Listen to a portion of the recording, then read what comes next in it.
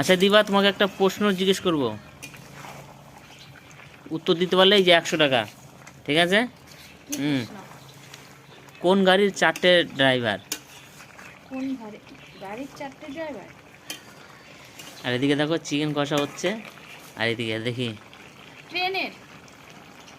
না, ট্রেনের একটাই ড্রাইভার, আর ওই গাড়িতে সবারই চড়তে হবে এক সময়, ঠিক আছে? ও কিন্তু আচ্ছা, ওই যে ইয়ে, ওইটা গাড়ির আরে মরার সময় যে কি বলে ওটাকে,